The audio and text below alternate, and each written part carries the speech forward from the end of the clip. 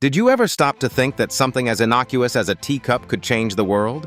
That a simple porcelain object, held delicately by countless hands, could carry a storm within it?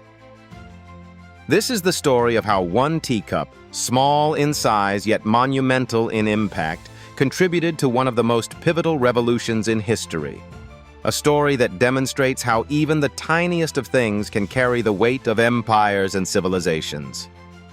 This is the tale of the Boston Tea Party, a moment in history perhaps often oversimplified yet holds depths that rarely come to light. Sit back, because by the end of this, you will never see a teacup the same way again. Now, let's set the stage. The year is 1773, and colonial America is a place of both opportunity and unrest, a melting pot simmering under the watchful eyes of the British Crown. Settlers had carved lives out of the raw frontier, building thriving towns and budding cities. Yet, as prosperous as it seemed on the surface, tension brewed like a strong tea. And the boiling point? It wasn't just high taxes or trade restrictions. It was something far simpler, yet infinitely symbolic. It was tea itself. You see, tea wasn't merely a drink back then, it was a statement. Much like owning a smartphone today signals connectivity and identity, sipping tea was a cultural anchor. In every parlor and meeting hall, from cobbled colonial streets to stately halls of English nobility, tea symbolized sophistication, tradition, and even loyalty to the British institution as a whole. The British East India Company, a massive trading titan, recognized the colonial craving for tea and capitalized on it. They exported chests upon chests of tea to the Americas. But therein lay the sticking point. The British government, riddled with debt from wars and eager to tighten its grip on the colonies, imposed taxing policies that have since become infamous. To the colonials, this wasn't just about money. "Taxation without representation," they cried. They weren't being heard in the British Parliament, and yet their livelihoods were being dictated. It sparked a particular fury that simmered for years. And when the British East India Company faced financial struggles, Parliament passed the Tea Act of 1773 to help them, a move designed to grant the company advantage in the colonial tea trade, but consequentially made life harder for colonial tea merchants. This act, while superficially about discounted tea, became a glaring symbol of imperial overreach. And so, the first act of rebellion wasn't big or explosive. It was subtle. Colonists refused to pay for taxed tea. They boycotted it.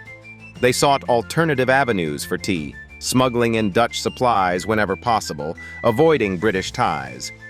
It was the invisible war, fought without bullets but with economic defiance. Women played a massive role too, joining a movement called Daughters of Liberty, where they shared recipes for herbal tea alternatives made from local leaves and herbs, all in the name of rebellion. Social gatherings no longer featured British tea in their delicate porcelain cups, but substitutes that carried silent defiance within every sip. But then came the tipping point. December 16th, 1773. The location? Griffin's Wharf, Boston Harbor. A chill settled over the dock as if foreshadowing what was to come. 3 British ships, the Dartmouth, Eleanor, and Beaver, sat heavily loaded with East India Company tea, ordered by royal authority to dock and offload their cargo. The colonial governor of Massachusetts, Thomas Hutchinson, stood his ground and insisted that these ships complete their mission. Yet, the Sons of Liberty, an underground group comprised of fiery patriots, had other ideas. That night, a diverse crowd of colonists boarded the ships. Some were disguised as Mohawk warriors, a symbolic yet controversial choice, attempting to align their struggle against tyranny with native resistance, a deeper narrative for another day. What unfolded was remarkable. They worked swiftly and systematically, breaking open tea chests, 342 of them, worth over $1 million in today's money, and dumping the tea into the harbor below. The waters of Boston turned dark and aromatic as Britain's prized exports sank into oblivion. As meticulous as this might sound, there was no violence. There was no looting. They didn't touch a single thing beyond the tea. It wasn't an act of chaos. It was a deliberate statement.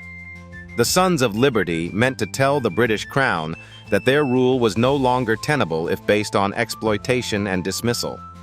You see, that moment wasn't just the Boston Tea Party. That act of protest was the match that lit the fuse of revolution. As the salty harbor waves swallowed up an economic lifeline for Britain, the message was clear. It was about autonomy, self-determination, and respect. This event sent ripples far beyond the colonies. While celebrated by some Europeans who sympathized with the colonial cause, most British leaders were absolutely furious. They viewed it as an open act of defiance, an affront to their authority that demanded swift retribution. And respond they did, passing the coercive acts, known as the Intolerable Acts, by the colonists, which tightened the noose around Boston. The harbor was closed, town meetings were restricted, and British troops were given more power, essentially placing Massachusetts under military control. But this had the opposite of its intended effect. Instead of breaking colonial resistance, it united them even further, fostering the First Continental Congress. From then on, tea wasn't just a beverage. It was a battle cry, an emblem of resistance, and a reminder of what they were fighting for. But let's return to that teacup.